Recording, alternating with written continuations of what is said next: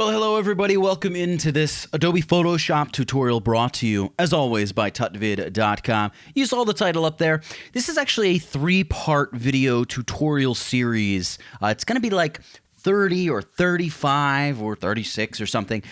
Tips, tricks, techniques that any photographer or retoucher really ought to know about Photoshop, and I'm really going to try to cover a very broad array of things. If you're a total beginner, this is an amazing place to start. This will be just perfect for you. If you've been using Photoshop, you've been doing photography for a while, hey, there'll probably still be a bunch of stuff that you pick up over the course of these 3 videos. Now, let's get some housekeeping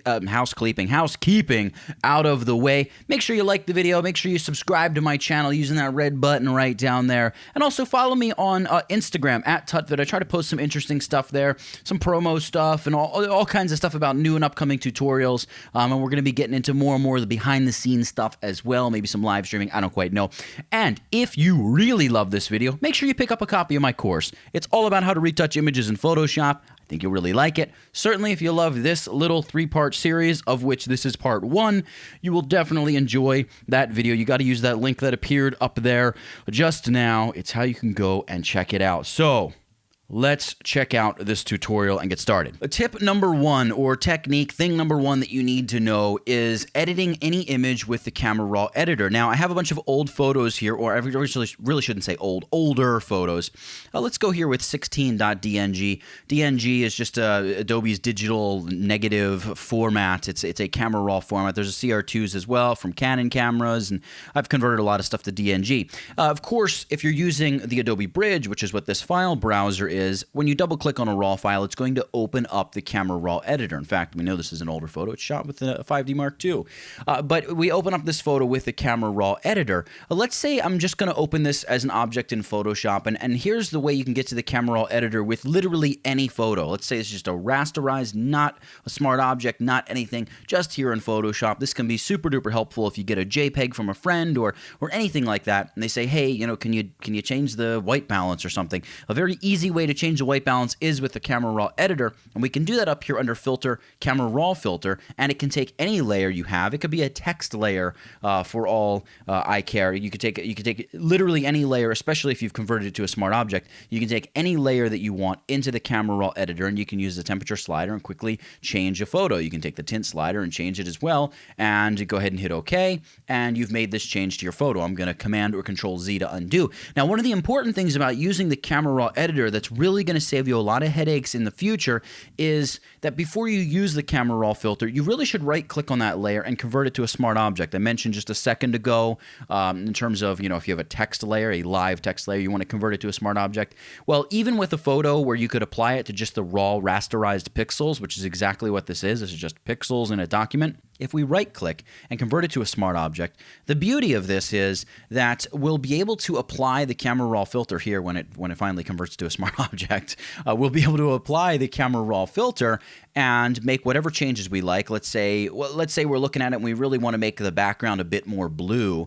We could apply this blue. We could throw purple in here, and we can say OK. And we look at it, and it's like, oh, you know what? I really just don't like the way that looks at all. Well, if we check out here in our Layers panel, we have this little drop-down menu that's appeared over here, and this drop-down menu has our Camera Raw filter in it. So we can do a number of things. We could double-click on the Camera Raw filter, which is going to bring us back to our Camera Raw dialog box with all of our settings. We can just double-click on these sliders to restore them to default and say, you know what, instead, I just want to pump a little contrast and maybe reduce the vibrance a little bit, hit OK, and that's actually the effect that I want. There you go. That's great. If you don't like it, you can take the whole smart filter and drag it down to the trash can and just get rid of the whole thing and be restored to your original image. So using a smart object with Camera Raw filter is one of the best ways to work with a Camera Raw object. Now, let's say we have this photo, and we're going to go back to the Camera Raw editor. I want to show you one more thing. Camera Raw filter on our smart object, right? And we're going to do a couple things. We'll boost the brightness a little bit. We'll boost the contrast a little bit. We'll reduce vibrance a little bit. We'll maybe like warm it up and throw some more green into there. And then the highlights are definitely too high, so we'll reduce the highlights and the whites a little bit as well, and maybe drop the blacks a little bit to really, you know, crush brush the blacks in there a little bit. You can see we're really just flattening the blacks. If we check out our histogram up here, we're really smushing our blacks a bit. That's great. And then you can come over to like effects, maybe apply a little dehaze, which is going to boost the contrast, and then throw some like grain over it, right? Just make some any old generic changes we like. Then if we come over here to this tab right here, the presets tab, we can save this as a preset. So I'll just hit the new preset button right down here, and you'll see why this is important in a second. And we'll just call this like, I like to go like underscore, I'm going to say like recorded underscore temp or something. And I put the underscore first so it shows up here at the top of my list.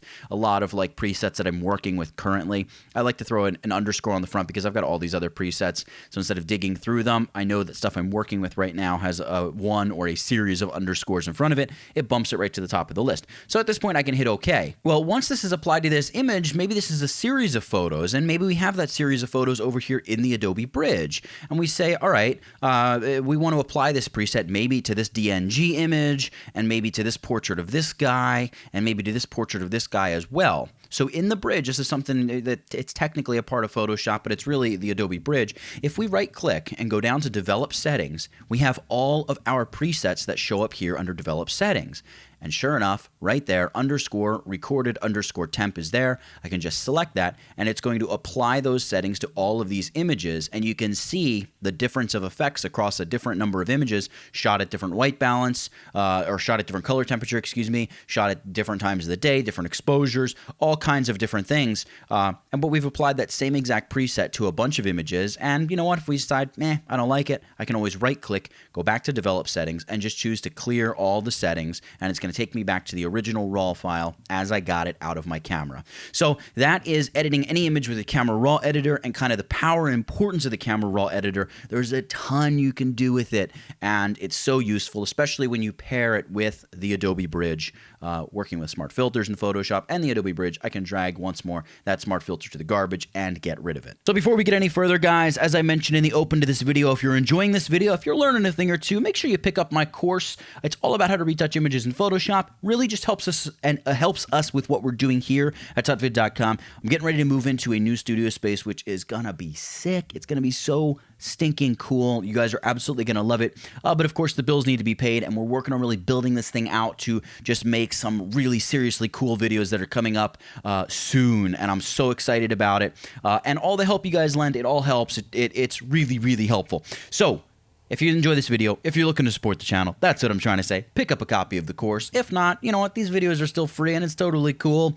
And I love you all the same. Let's get back to this video. So number 2 in our list of things that every photographer and retoucher ought to know is working with 16-bit versus 8-bit images, how we can open those files in Photoshop, and what the deal is with them. If I come back here over to our original RAW image, you can see here up, I've got a PSD open, and it says RGB/8. That's telling me it's an 8-bit image. Over here, I've got this RGB/16, which is saying this is opened and working in the sort of 16-bit space here in Photoshop. What does that mean? Why is it important? Well, let me hit you with a little bit of math here in terms of bit depth and the advantage of shooting RAW, and why maybe you want to consider editing your photos, your RAW photos at least, in and under the 16-bit image mode here in Photoshop rather than 8 bits, and I'll show you how to get to that. So first and foremost, an 8-bit image, you can think of it in terms of trying to find out how many sort of tones per color channel per pixel. It's kind of complicated. I'm not that much of a math geek, but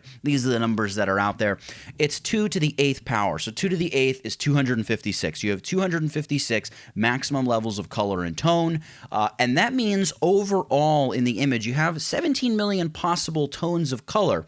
And that might seem like a lot, but really when we're pushing stuff around, we might dump 5 million tones at the flip of a switch when we go in and adjust the contrast or something. So very quickly you can go from an image that looks very rich out of camera if you're just shooting a JPEG image, which a JPEG image is just an 8-bit image, so you have this 256 levels, maximum level of tones per channel, you know, you're really limiting yourself. So if I bring up like the histogram, and I can just find a quick one here by opening up the levels dialog box here. I'll just throw a levels adjustment layer here. We haven't gotten into adjustment layers, but if we have 256 levels of color and tone ranging from total blackness to total white over here, you can see in this image we're really only taking up what, maybe 15 of those tones.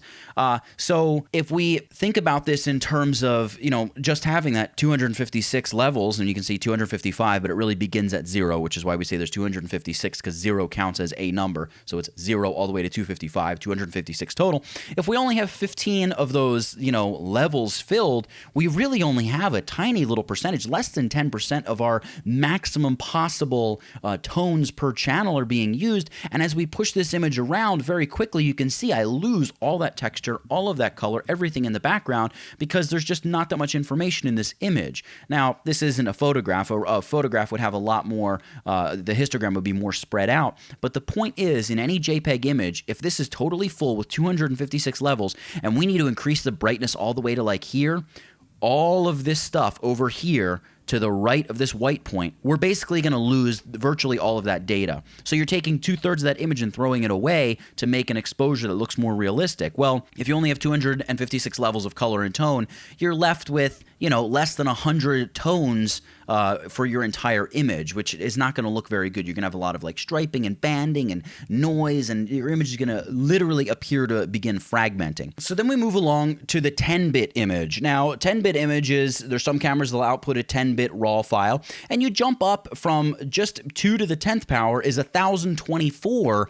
So you're already going up about 4 times what your standard 8-bit JPEG has, and you're up to about 1 billion overall possible tones. We can jump up from there to a 12-bit image where you're at 4,096 levels of color and tone with 70 billion overall possible tones, to a 14-bit image, which I believe the new 5D Mark IV outputs a 14-bit raw file. You've got 16,348 or thereabouts. I might be off by a number or two. It's something right around 16,348. So you can feel free to correct me in the comment section if it's, you know, 16,346 or something.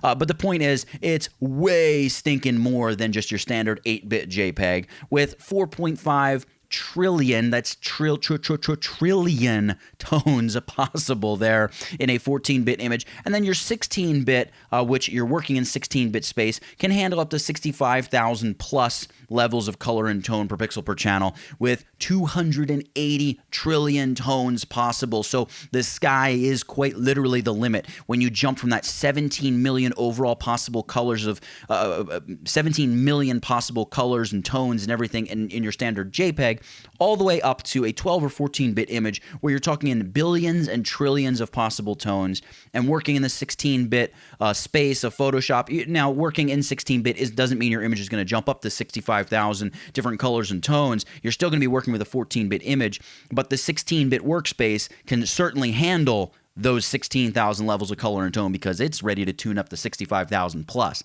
So that's why I like to make sure that when I'm importing these raw files and working with them in Photoshop, I'm working with the 16-bit version. That way, if this is only a 10 or 12-bit raw file, I'm still able to maximize whether it's the 1024 or 4096 levels of color and tone that I can get. It gives me a massive latitude when I'm working and pushing and pulling color. In the shadows, instead of appearing to break down and fragment and get all noisy and grainy and just looking nasty and bandy, I still get smooth gradations of color and no noise and detail and dynamic range and depth. It's really a thing of beauty. Now, how do I open a 16-bit image? Well, let's go back to Bridge. Let's say we want to open, I don't know, we can pick any of these images. Let's go with number 4 here, and I just double-clicked it to open it in the Camera Raw editor. Now, this photo, in order to open it as 16-bit, it was shot as a RAW file. We come down here to this link at the bottom of our Camera Raw editor. We select that, and here we have a choice, the depth. Do we want to work in 8 bits per channel or 16 bits per channel? Of course, I'm going to go with 16 bits per channel,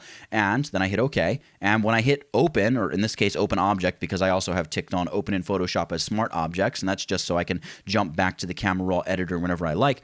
I open Object. This is going to be a 16-bit file. You can see there, 16. Great. If I close this, and I'm not going to save it, and I go back to the Bridge, and I double-click to open it in the Camera Raw editor, and once more, I go to that link, and this time I set the depth to 8 bits per channel, hit OK, and open this object. You're going to see here, boom, RGB/8. It's an 8-bit image. And the difference when we start pushing and pulling color is going to be massive. At some point, maybe I'll do a tutorial where I literally take a JPEG versus a RAW side by side. I don't want to do it right here because it would just take a lot of time to go over all the different things we could do, but you'll just have to take my word for it. The math certainly doesn't lie, and I wouldn't lie to you about it either. But it is, as the numbers would indicate, a massive difference. I notice especially when you're working in an image where maybe you want to darken the sky or change the saturation of the blues in the sky, the blue channel really tends to degrade quickly when you don't have a lot of detail in there for it.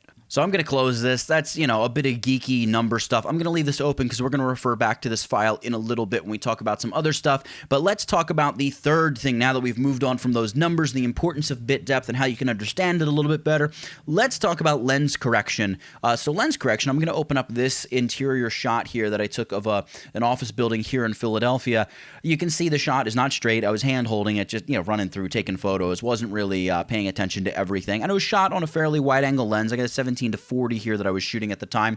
So there's some distortion. It's rotated, all kinds of stuff like that.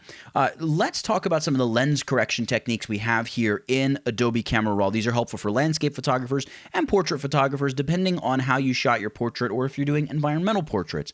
So the first thing we want to look at is we have a lens correction tab right here, lens corrections, and we have a profile where you can just say, hey, look, enable profile corrections, and Camera Raw will attempt to decipher what lens you were using, and it says, look, you're using the Canon 17 to 40 f4L, which is exactly the lens that was being used, so it got that right. And it attempts to correct the distortion based upon that lens. Maybe I want to make my distortion change a little bit more extreme. Maybe I don't like what it did. I can always uncheck that, but that's a good start to go and just do an automatic correction, see if you like it or not, see if it looks right to you or not. Begin there. You can come in here to manual, and the only manual adjustment that really is going to do a lot for us here is the distortion amount, and that's kind of like your pin cushion, whether you push or pull the image, and you know, you can play around with it. Maybe you want to make it look like it's a little bit more wide angle than it was, and you'd have to crop away these transparent areas. Maybe not. I can double click that slider to reset it, and you also have some vignetting controls. If there's some severe vignetting you're trying to correct, you can always come in here and do that as well. I'm not going to add or remove any vignetting right now, though, because I want to talk about another tool that we have here, and that's up here, the transform tool. So if we select that, we get a whole series of settings over here. Now, we're not going to go through all these in depth, but a lot of them are fairly intuitive. But first and foremost, we have some sort of quick fix options up here. We can just do an automatic perspective correction, and if we hit that, you can see it's going to attempt to kind of straighten and tilt and stretch everything so it looks a little bit more realistic. It's actually not too bad. We can do one that just does like a vertical leveling. See, that just kind of leveled it for us. I can undo that. And by the way, to undo, I'm hitting Command or Control Z. We can do a vertical perspective shift, so kind of like, you know, like, hey, this column should probably have lines that are going straight up and down on either side. These doorways, the jambs should probably be straight up and down. So in theory, this setting will make sure that everything is straight up and down. That's cool. And then we can do one that does both straight up and down and level across. So that's pretty cool. And then this is a straightening tool. Again, we're not going to get into this guided, the guided perspective changes here right now. That would be a tutorial all by itself. But you do have some manual options here as well, where you can shift the vertical plane, right? Which can be super helpful. I'm going to undo that. You can also do the same for horizontal, and you can rotate it, right? So if we say, you know what, that's probably about level, right? Somewhere around there. And then the aspect ratio, sometimes when you start shifting your horizontal and verticals, tends to get a little messed up. So you can just shift the aspect a little bit to kind of pinch or flatten the image a little. This is especially useful for exterior architecture photography. It can really help things if you're not, especially if you're not shooting with a tilt shift lens. And then you can scale the image. So scaling the image is almost like cropping it, right? So we can just make sure none of that transparency on the edges is showing through. And then sometimes you can shift the X or Y if you're trying to make sure a certain part of the image is showing, right? When we scale this, there are parts of the image that are going to disappear. So if a part of that needs to be shifted, you can shift the X or Y a little bit just to make sure the image looks just right the way you want it to look. So that's probably about good, something like that. And we've created a lens correction here in Adobe Camera Raw. I can select my hand tool and select the basic tab here and return and be ready to start making other changes to this photo. And real quick, I should also mention there are a ton of different lens correction techniques in Photoshop itself, but I find that I do most of my lens correction stuff here in the Camera Raw editor, and since we're kind of covering the Camera Raw editor now, I figured I would tuck it in here and we would talk about the lens correction power of the Camera Raw editor. Now, moving along from lens correction, let's talk about white balance adjustment and even chromatic aberrations. So these aberrations, if I zoom in, you can see here that because of this harsh backlight, all these stools have kind of this purple fringing, and there's purple purple fringing around this little rack thing. Now, there are these Christmas lights going up the steps that have some purple fringing on them, but that's probably because they're actually blue or purple lights. So let's zoom out here and let's see if we can do something about this. You know, I'm actually going to zoom back into the area that which we're most concerned about. If we go back to the lens correction tab, here we have this option to remove chromatic aberration. So I can select that and see what it does.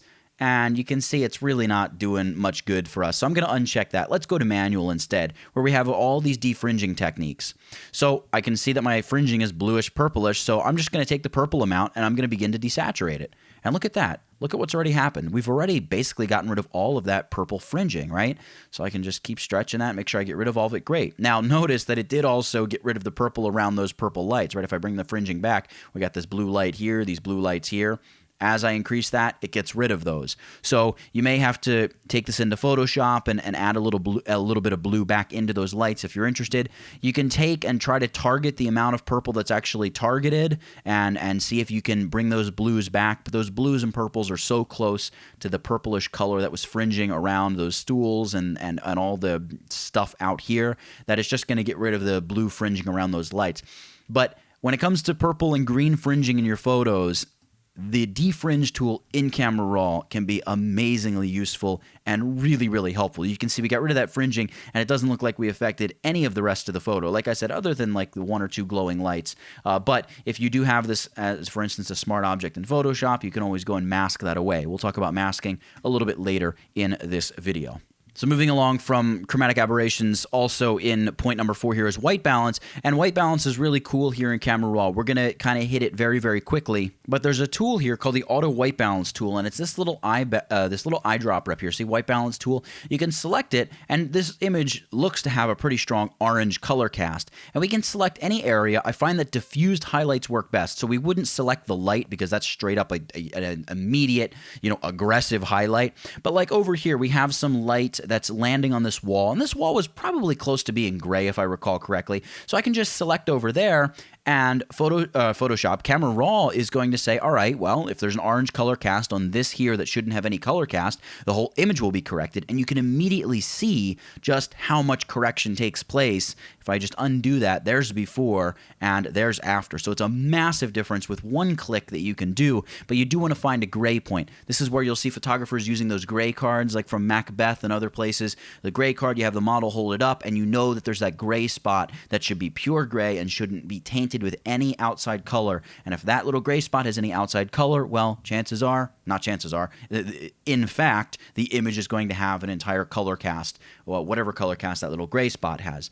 So we've gone ahead and corrected this whole image. Now, I could show you something pretty cool that has to do with curves, but I feel like we probably won't get into that right here because we're gonna touch on curves later and kind of how to tweak color. So for now, white balance in the Camera Raw editor. Find a diffused highlight, select it with the white balance tool, and we make some huge changes. The temperature and the tint adjust, and we get a beautifully balanced image, at which point we can go and just, boost contrast, throw some saturation, maybe lift the shadows if they need to be lifted, and go ahead and hit done. And it's not going to open the image in Photoshop. It's going to return it to where it was, but with those Camera Raw changes applied. So you can see we've straightened, we've lens corrected, chromatic aberration fixed, and white balance corrected this Camera Raw shot just like that. So next up, number 5, I want to talk about slimming and adjusting a figure using the Liquify tool in Photoshop. So I'm going to select image 3 and image 5 here, and I'm going to right-click and choose to open them with Photoshop. It's going to open them both in the Camera Raw editor first because they are both Camera Raw images. I'll hold down Shift, select them both, and just choose to open both objects in Photoshop. And again, they're opening as objects because I have them set to open as smart objects. So I want to do a couple things here. Let's take a look at this girl first, and we're going to apply some Liquify treatment to her. She doesn't really need it. She's super duper in shape, but just because it's a great example, we can really see the edge of her body here, and I think it'll just be a nice example to use in terms of checking out how Liquify works and how we can use it. And then we'll come over here to this photo, and we just have a little crinkle of skin here, right? So maybe she's looking at this photo and she says, I love the photo, it's so amazing, blah, blah, blah, blah, blah, but can you go in and just like push my skin back so it doesn't look like I got this weird like wumpty bump happening where this opening in my dress is, right? The one opening in the dress, and my skin decides to catch there. So here with this image, we go filter, and by the way, we are working on a smart object. You don't have to work on a smart object, but again, with all of these filters, it's just so easy to right click and just convert that layer to a smart object. It's going to allow us to go in and tweak and adjust our Liquify later. So we go filter, Liquify, and it's going to open up the vaunted Liquify panel, the maybe some would say politically incorrect Liquify panel, but you know what, we're Photoshop guys, not politicians, so we're going to mess around here and see what Liquify can do for us today. The first tool that you're going to become acquainted with is this forward warp tool. It's kind of like it just allows you to push pixels around. So if she looks at it and says, hey, can you give me more of like an arch in my back? What we would do is you can come up here and use the brush size options, right? Or you can use your left or right bracket keys to make your brush larger or smaller. I tend to like to make my brush a little bit larger than the area I'm liquefying. And then you can just click and drag, and it's going to shift that part of her body inward. Now, I have ticked on over here this option, show backdrop, so we're getting this kind of like, it's showing us what was there before. If we just shut that off, we can see, we just see the new image. So that's pretty cool. And anytime you want to see what the image looked like, just shut off preview. See, there's before, there's after. So very, very quickly, we can go in and just push her back and just say, you know, make my butt a little bit bigger. We can just drag that out a little bit. And by the way, you can see how just very slight I'm being. And that's because of two things up here. I have my pressure set very low, just to 22, and my density set to 21. Up here. That means that, you know, if I increase this way up, when I push, you can see I'm really able to make very massive changes, but they don't look very realistic. So it's just nice. This kind of gives you a little bit of a limiter. I like to keep them around about 20. And also pin edges. That means that when I get close to the edge of the photo, I'm not going to drag the edge away. If I uncheck pin edges, you can see I can literally pull the edge of the photo. I don't like that at all. That's no good. So I like to just keep pin edges set so I don't mess anything up when it comes to that. So you can go through here and you can increase, you know, whatever she needs increased, whatever she's asking to have increased, and tweak and adjust things that need to be tweaked and adjusted. And, you know, there's before, there's after. So it's a very subtle change, but sometimes when it comes to the Liquify and shifting and changing body shape, making people gain or lose a little bit of weight, gain or lose a little bit of muscle mass, anything like that, it's just generally a good idea to be very subtle and very gentle about it. You do also have some like bloat and pucker tools, and bloat is like the tool you'd use if, you know, you need to increase the size of her boobs a little bit, but, you know, I don't know, it just tends to look a little chintzy and cheesy, and, you know, I don't know, it doesn't look all that great. I'll put it to you that way. Now there are another couple things here in the Liquify feature that are really super duper useful, and the freeze mask tools can be really helpful, especially if, let's say, we needed to shift her body in, but there's some vertical object up and down, maybe like a door jamb or something next to her. We've all seen those Photoshop fails where somebody tries to make themselves look skinnier, but they like drag the door over with them. Well, with the freeze tool in Photoshop, what you can do is you can paint over an area you don't want to move. So let's say we need to shift her arm here, but we don't want to move her little sleeveless tank. So what I can do is I can paint over her shirt just like this, and this is where it helps to have a tablet. We can just gently paint over her tank, just like that, you know, when we kind of roughly painted over it there. And what I'll do is I'll make my brush a little bit bigger, and I'll paint some, you know, fill in behind it, just so we don't move any of that stuff.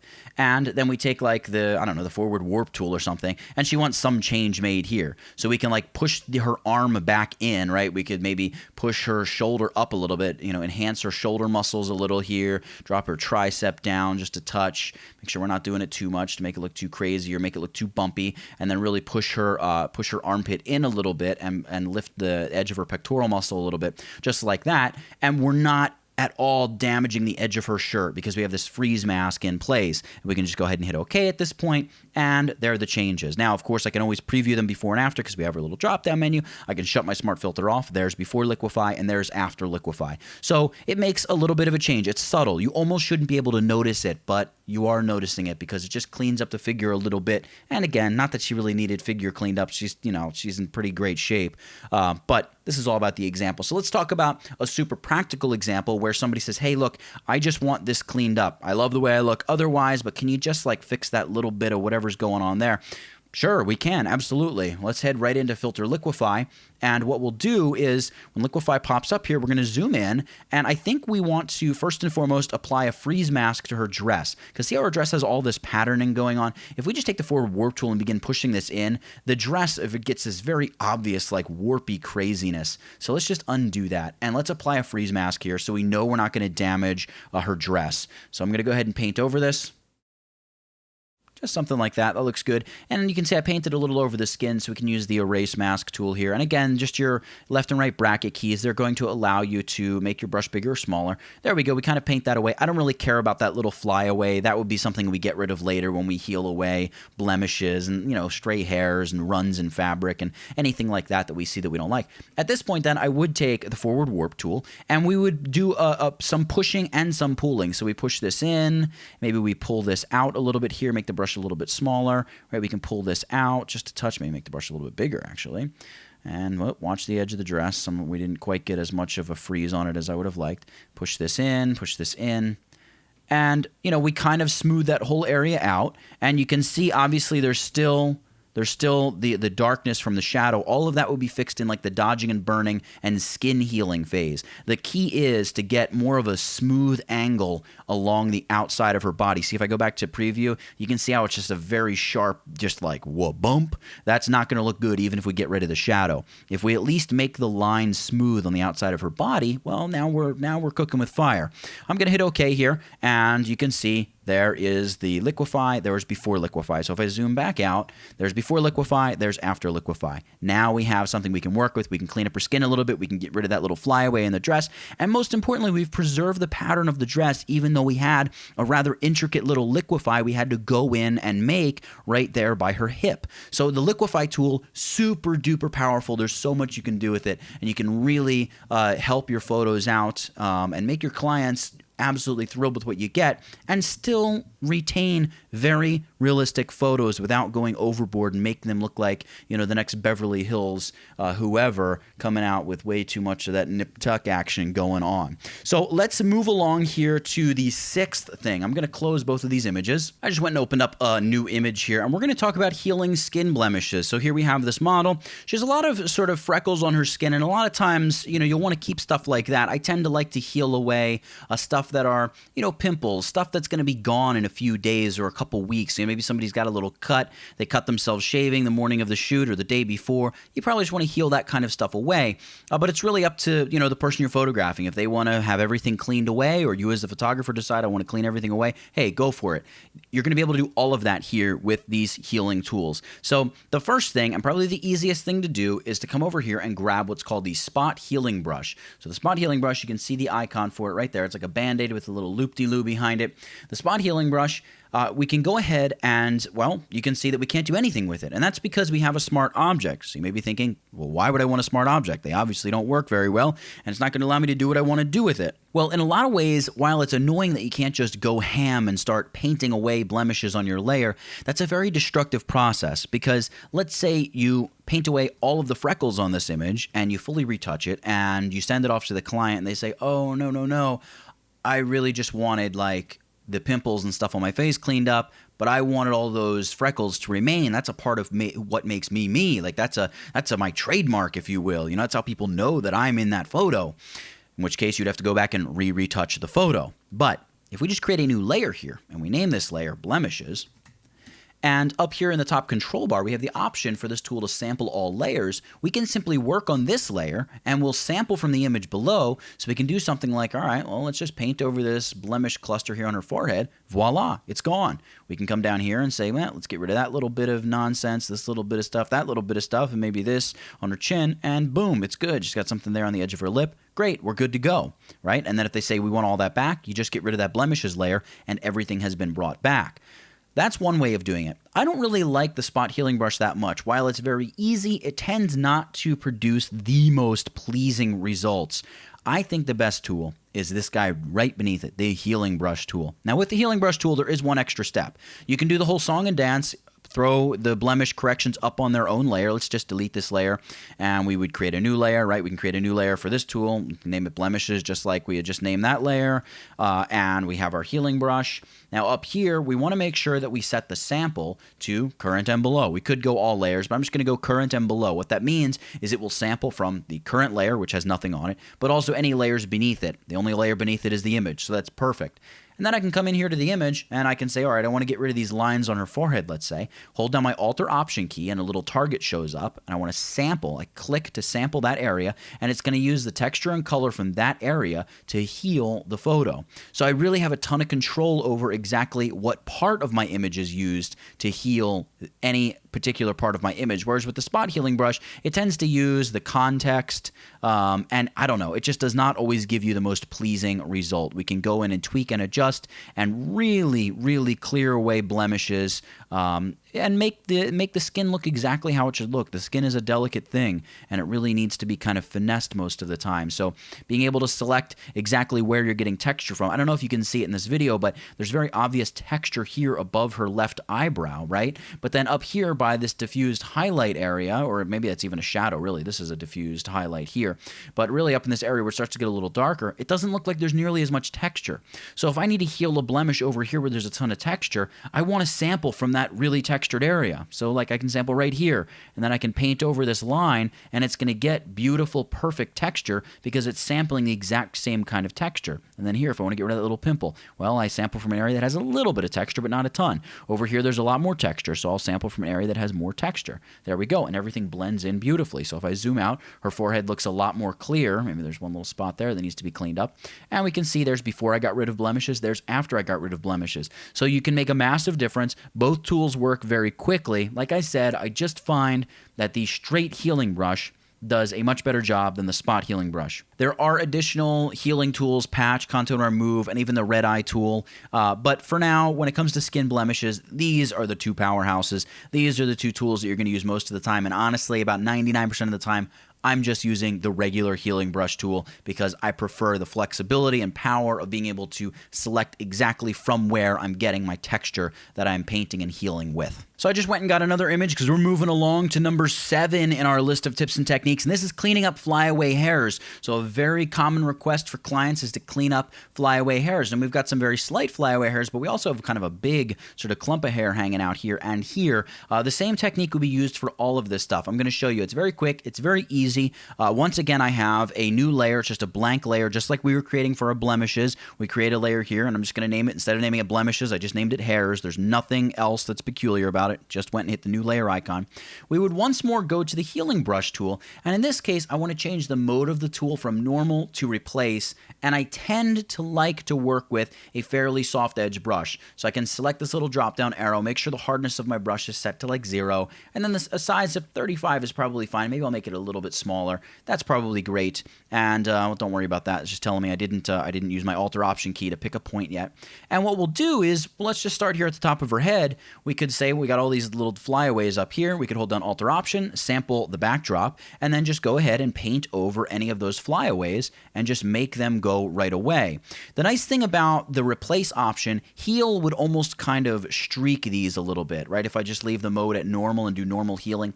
Replacing allows us to act almost like a clone stamp tool where we're going to almost copy the exact pixels over, but it also still provides a little bit of blending. So the background still looks pretty solid. Everything still looks pretty good. So we can just come in here and get rid of whatever flyaway hairs that we think are most damaging. You can see there's a spot that was on the camera sensor. We can get rid of that while we're in here as well, although that probably should go up on its own layer so we know where it is if we decide we need to bring it back for whatever reason.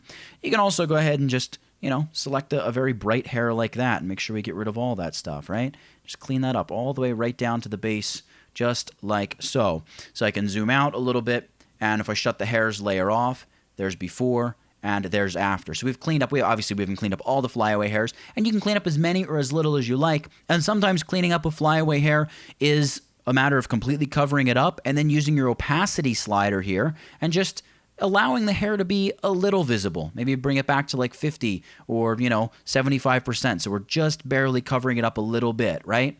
Or, so the hair is still there, but it's just far, far less noticeable. That way, when you end up using a technique like that, you tend to preserve a lot of the realism because usually people don't have perfectly smooth hair. So you still are able to tell that the edge of the hair has some texture, but you're just going in there and kind of cleaning things up, making it look a little bit nicer, removing some of the flyaway hairs, maybe just reducing the opacity of that layer to allow them to show a little bit. All right, let's close this image. So I'm going to say, nah, don't save that. I'm going to jump back out to the Adobe Bridge. We're going to go back to our image number 9 here. Maybe I'll also open up image 15 just so we have 2 examples. I don't know if we'll even get to 15, but let's open it and see. We'll go open with Adobe Photoshop. We're going to have to select both of these images, hold down Shift, make sure we select them both, and then hit that little Open Objects button at the bottom of the Camera Raw editor. Pop both of these images open. Let's talk about making selections with Select and Mask, and let's begin here. This is going to be a very difficult selection, right?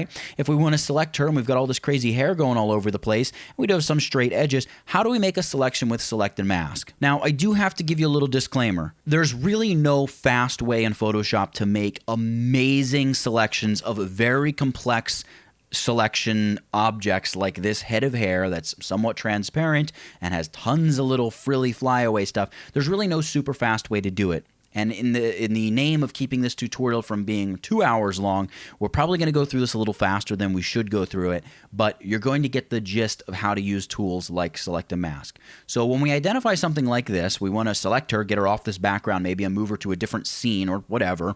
A couple things that we have to bear in mind. This was shot at a shallower depth of field, so you can see by the time we get to her back shoulder, it is falling out of focus. Those edges are particularly difficult to select. When it's sharp and in focus like this, it's still difficult, but it's not nearly as difficult. It's 5 times more difficult at least to select something like that than something that has a nice sharp edge. So that's where a photo like this, where we have a lot more sharp edges, will be a lot easier. This was probably shot at f13, whereas this with the 70 to 200 was shot at, I don't know, f4 or something. So this will be a little bit more of a difficult selection. So if we begin with this, we take a look at it, I think we'll learn a lot. So we go Select, Select and Mask, and kind of a whole new dialog box is going to pop up. It's the Select and Mask workspace, and we have a number of things. We have a little toolbar here. Actually, I'm going to drag my Properties panel over to here. We have a Properties panel. We have a toolbar. Now, in the toolbar, we have a number of tools. We got a Quick Select tool, a Refine Edge tool, a Brush tool, Lasso Hand, and Magnifying Glass. And we also have this very bizarre view, and that's because transparency is set to 60%. I can go ahead and boost the transparency all the way up to the point where I see nothing, but that's a little difficult to work with, or I can reduce transparency to 0, and then I see the full image in all of its glory. The difficulty with this is it makes it a little bit harder to see exactly what I'm selecting. And by the way, this is because I'm viewing using the onion skin method. I could do an overlay or view my selection on white or black or all sorts of different things, but let's go with the onion skin view mode just because. I'm going to reduce transparency to, something like 15%. So what I can do is begin just painting over her. Now I'm using that quick selection tool over here. So what's happening is Photoshop is going to say, all right, I'm going to select all pixels that are similar, and everything that we see coming through that's solid, that's going to be stuff that is absolutely selected by Photoshop. So we can come down here, grab her dress, grab her arm, come up here, grab as much of the hair as we can, and up here on the top of the head, make sure we get that. Come over here, get the edge of the hair there. Come over here, get the hair there. All looks pretty good. Whoop, we selected all of this out here. We don't want all of that. So hold down the Alt or Option key, and we can begin to subtract from our selection, right? You see how this is painting that away? We're starting to see those little checkered flag transparency boxes again, right? Paint all this away. Nope, we don't want any of that junk. That's not part of her. We don't want that to be selected. So at this point, I can set transparency to 100%. We get a little bit more of an idea of what the selection's actually going to look like, and you can see it's really not all that glamorous right now, right? Not that good. We have some options here. We got some global options in terms of edge detection. My little magnifying glass is tripping out on me over there. Edge detection. So I can increase the radius a little bit, see if that helps. That's going to allow Photoshop to look, further on any side of a suspected edge to make sure it's getting it right. So we're saying look 5 pixels on the side of any area that you're selecting. And then we got some global refinements, which really are not going to work for us here. Maybe we'll use a little shift edge in a little bit for her hair to help decontaminate some of the orange. But smoothing and feathering and contrast for the edge, very rarely are they going to do a lot of good for you, but sometimes they can be helpful. It's the kind of thing you want to get in and play with. Feather, I mean, look, is literally going to just blur the edge of the selection. That's not at all what we want to do here. We want a nice, clean, as realistic as we can get selection. So what's the next step when we're at this point? Well, this is what this Refine Edge brush is for. And by the way, the straight brush tool, this is like if we have like some little box out here we want to select, you can just paint over it, and whatever you paint over with this tool is going to be selected as well. So if there's something that's very easy to select and you just say, you know what, I'm going to go and paint over that real quick to just make sure that's included as a selection, you can go and do that. And if you paint too far, again, hold down the Alt or Option key and you can just paint that area away and say, nope, definitely don't want that to be a part of the selection. So the Refine Edge brush. the idea behind this brush is that we can use our bracket keys to make it larger or smaller. The idea behind this brush is that we can paint over an edge, like the edge of her hair here, and the smart, intelligent part of Photoshop will say, hey, we can pick out the bits that are her hair and the bits that are the background and make sure that we only select the bits that are her hair. And you can see it really looks like it does a pretty remarkable job. It goes in, we're wiping away a lot of that orange. But one of the problems that you tend to run into with this tool is it can sort of make a hard edge with the existing bit of whatever it is you're cutting around, in this case her hair, and we really don't want there to be a hard edge on her hair. It's hair. It really should be nice and smooth. We can see it looks a little wonky down there. So at this point, we have a selection. We could go in with the brush tool and say, like, look up here. You can see there's definitely a hole in her hair. So we can just make sure that that is painted in a little bit, and it's just that edge is smoothed a little.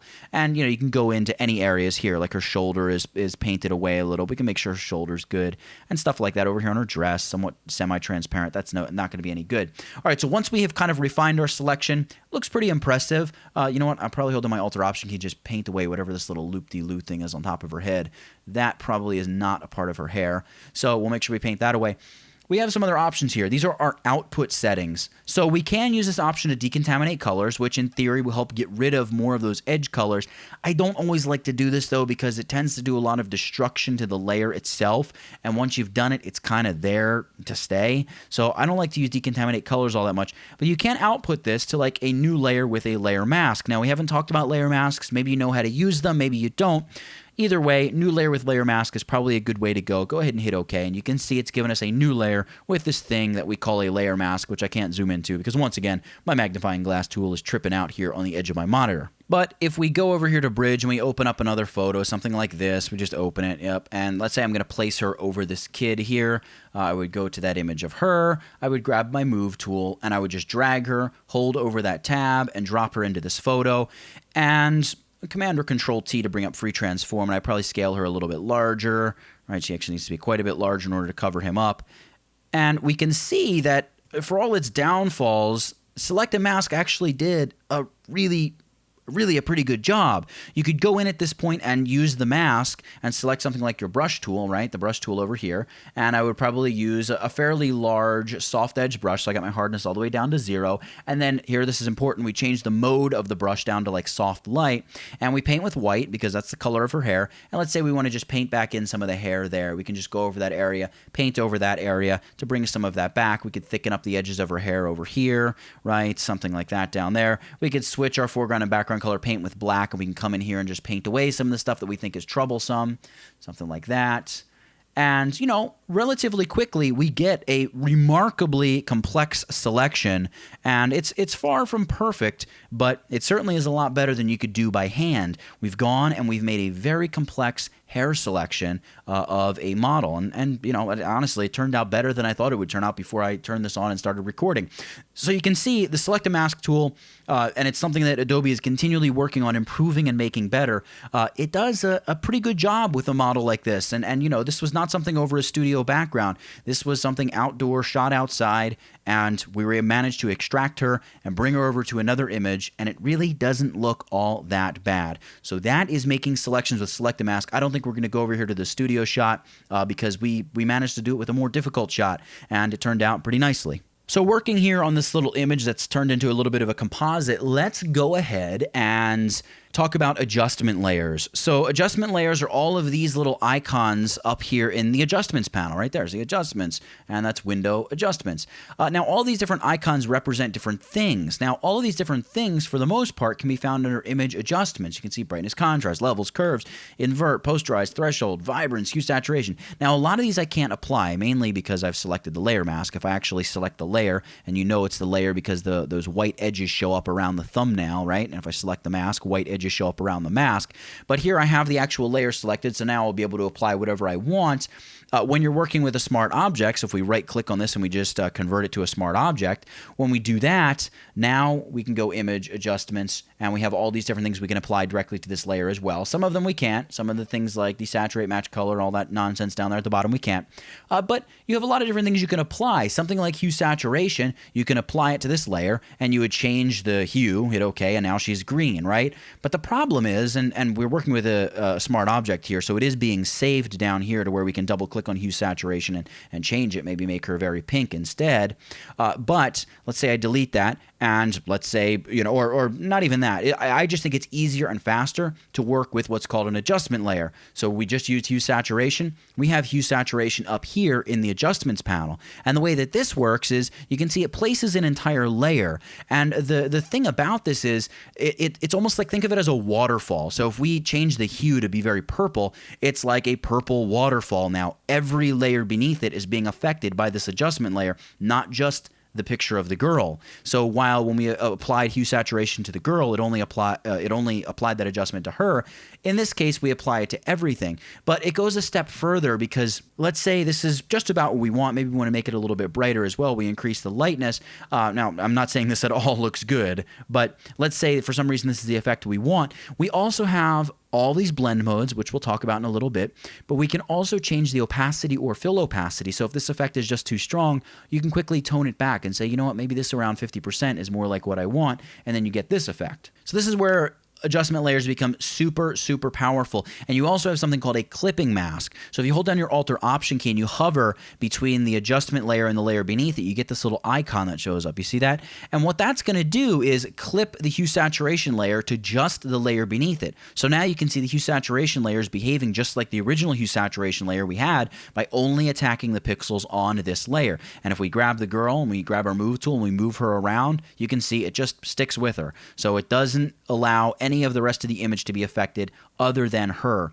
And the reason I like doing this rather than applying an adjustment layer directly to a smart object almost always is it's just easier to go in and mess around with your blending options and opacity. It's doable the other way, but this way is just so nice and easy. It's so fast, it's so convenient that I just like to do this. Hold down Alt or Option, hover over the border between the layers, click to release that clipping mask, and you're just back to a hue saturation layer that's pouring its color effect over the entire image. We can crank the saturation and just set the brightness back to what it was. And you get some, crazy effects. Or in the case of, a color shift or something, some really amazing color correction. So we probably wouldn't want to go too far, but we could go with like a warming and then just desaturate the whole image a little bit and darken it just a little bit. And maybe that's more of the effect we want. There's before, there's after. Maybe something like that is more down the road that we're heading. And really, speaking of crazy effects, I think we've come to the conclusion of part 1. We got 9 steps in. I think there's about 36. I just checked the list again. So maybe this will not be a 3-part tutorial, but it'll end up being a 4-part.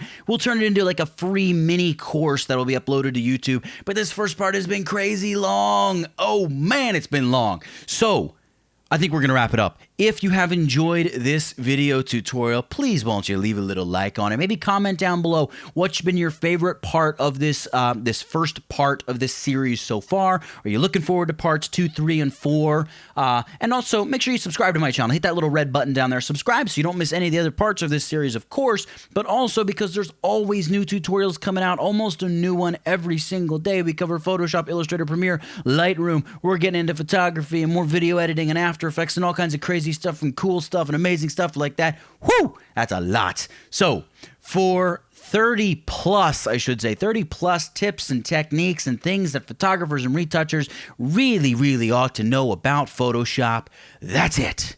Get it? Got it? Good. Daniel Dodson, tutvid.com. I'll catch you in the next one.